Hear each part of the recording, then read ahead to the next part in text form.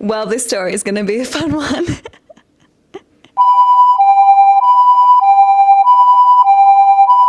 Hello, welcome back. This vlog is going to be a little bit different. Some of you already know that unfortunately I had to end my trip early because I was in a Lime scooter accident in Marseille. I had just arrived in Marseille, I'd only been there for about 4 or 5 hours, and unfortunately was on a Lime scooter and had a serious accident and was rushed to hospital. It was really scary going to hospital in a place that didn't speak English super well, and unfortunately my French is not great. And just also being alone was terrifying. I had no idea what was going on. I knew that I had a really sore knee and I actually couldn't walk at all on my leg. So I knew something was really, really wrong. I had x-rays and scans and unfortunately confirmed the worst. I had broken my leg. I had a tibial plateau fracture, which is kind of like the top of the tibia that had broken off basically. And I was told that I needed surgery. So I just found out that surgery is happening today. Sorry, I'm a little bit nervous because I've never had surgery before. A little bit anxious, but it's gonna be okay. They can't give me an exact time, but yeah, they said it's gonna be today, probably this morning. So probably in the next couple of hours, I'll be heading off to surgery, which is amazing. I have also just found out that the insurance company is going to pay for everything and cover all the costs and everything, which is just incredible because, yeah, this is obviously not an ideal situation to be in, but I'm glad that they are able to cover it all and have approved all of that.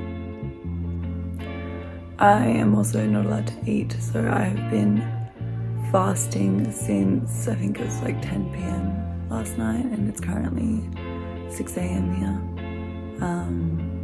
So hoping that surgery is soon so I can eat something as soon as surgery is, like as soon as I wake up.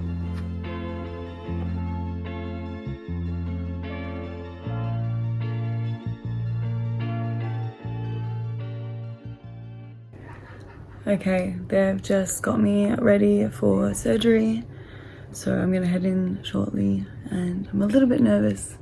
I've never had surgery before, so. What's going on? Why are you here?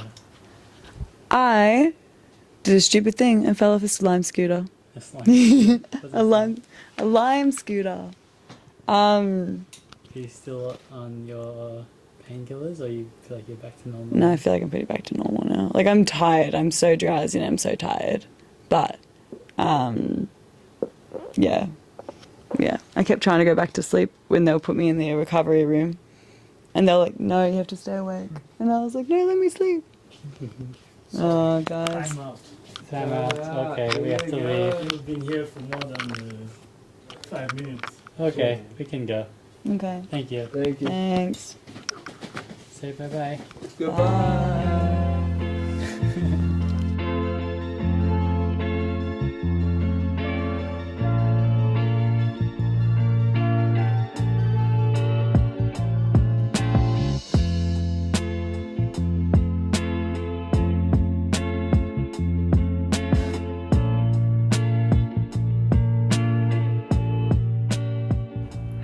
Okay, I have been told that I should be okay to go home on Wednesday, to fly home, which I am really excited for because I've been in hospital. By then I will have been in hospital for 7 days, for a week, so I am so excited to go home.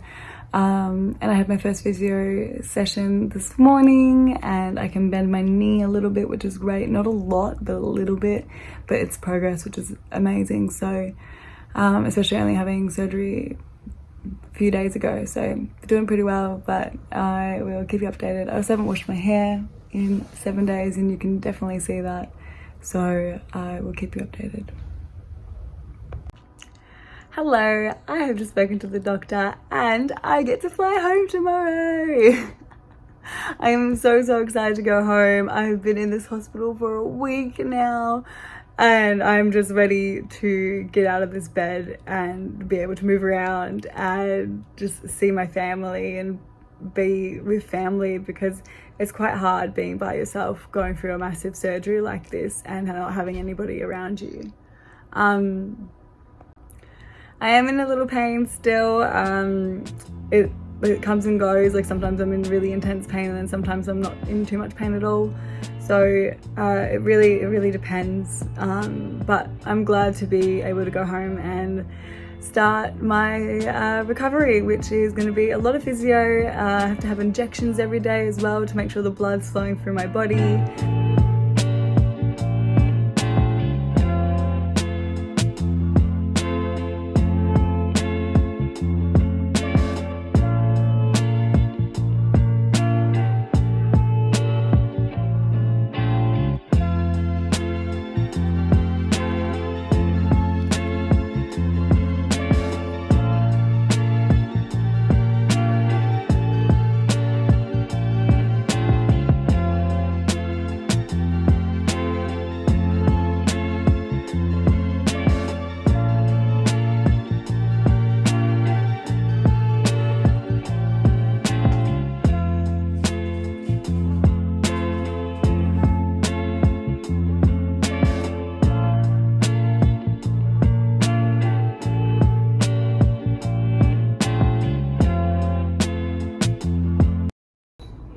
Okay, so I was supposed to be at the airport at 10:40 and fortunately there was a miscommunication between the hospital and the insurance, and the insurance thought that the hospital had organised the transport and the hospital thought that the insurance had done the transport, and basically no one had done it. And yeah, so no one came to pick me up, and so I missed my flight. So the insurance had to find a new one, so I'm flying out instead of 10:40. I'm flying out at 7 p.m. Tonight, and we'll land in Melbourne at 5:30 on Friday morning. So yeah.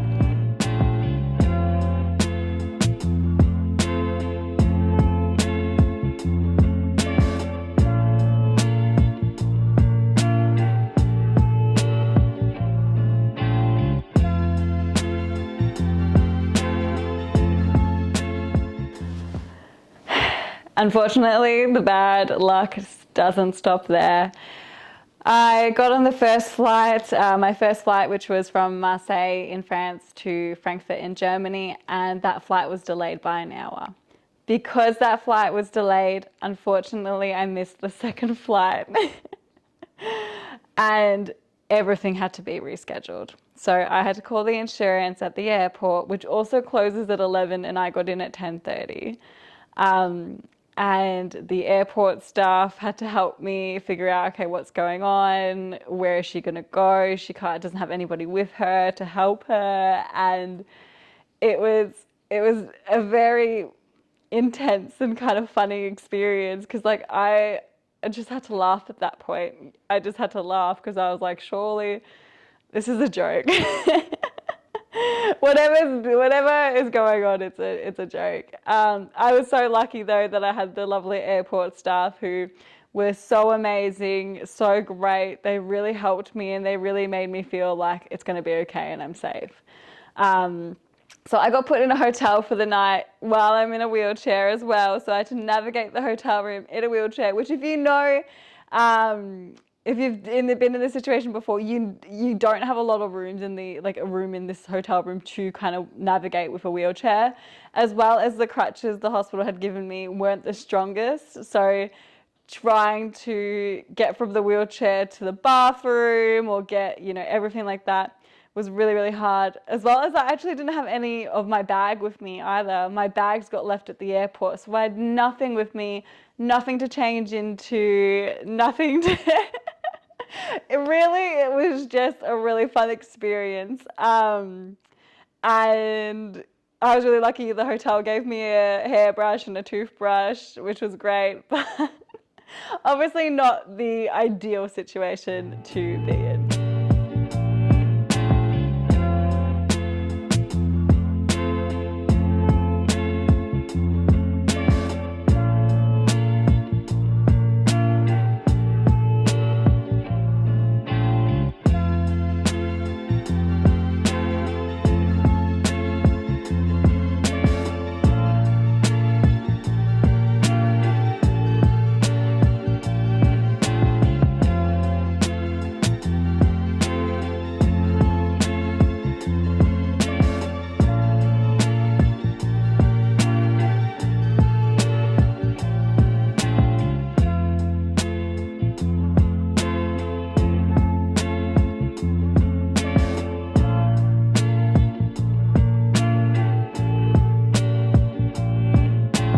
Sitting in emergency, not knowing what was happening, not knowing when I needed surgery, waiting for the insurance to get back and having to call my family and tell them what had happened to me, as well as being completely alone, was terrifying.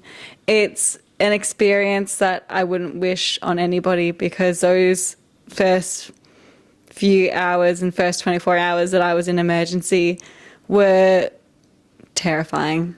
Were really, really terrifying. I'd never had surgery before, so being told that I have to have surgery in a foreign country with nobody around me was really, really scary.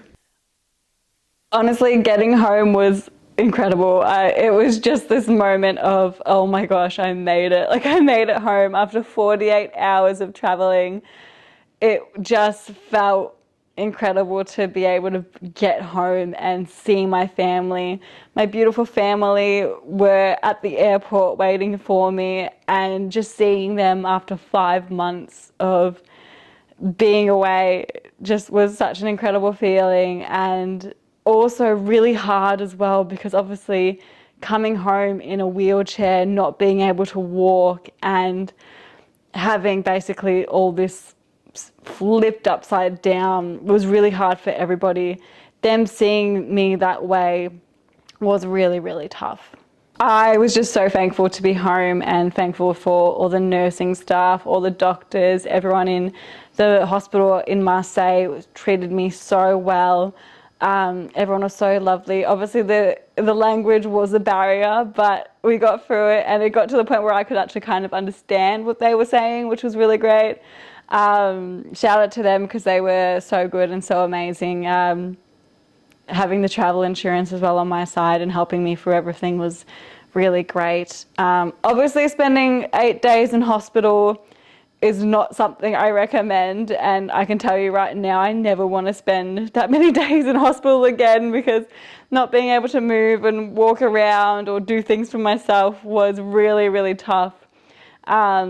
Anybody who has kind of had an injury like this would know exactly what I'm talking about. It really takes away so much of your independence, and you just feel so helpless. But for me, I kept cracking jokes with the nurses and having a good time, and just kept like interacting with people as much as I could, because I just felt like, I'm here, I might as well make the most of it. I actually was also told that I was a bit famous in the hospital as well. Though apparently all of them were very excited that they had an Australian in the hospital. Apparently they hadn't had one before. So that was quite exciting, and then a lot of different nurses and doctors from different departments who could speak English actually come and talk to me, and who all just said, you know, we felt like you might need to talk to someone who can speak English. So that was really, really lovely and really nice.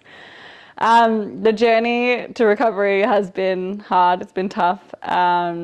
It's been a good one. It's something that it takes time to heal. Your body takes time to heal, and I have filmed the entire journey of my recovery and everything that I've been going through. So that will be up in the next couple of vlogs. But this is the journey. This is what's happened. Thank you for watching, and I appreciate you being here. If you are traveling, make sure you have travel insurance. Bye.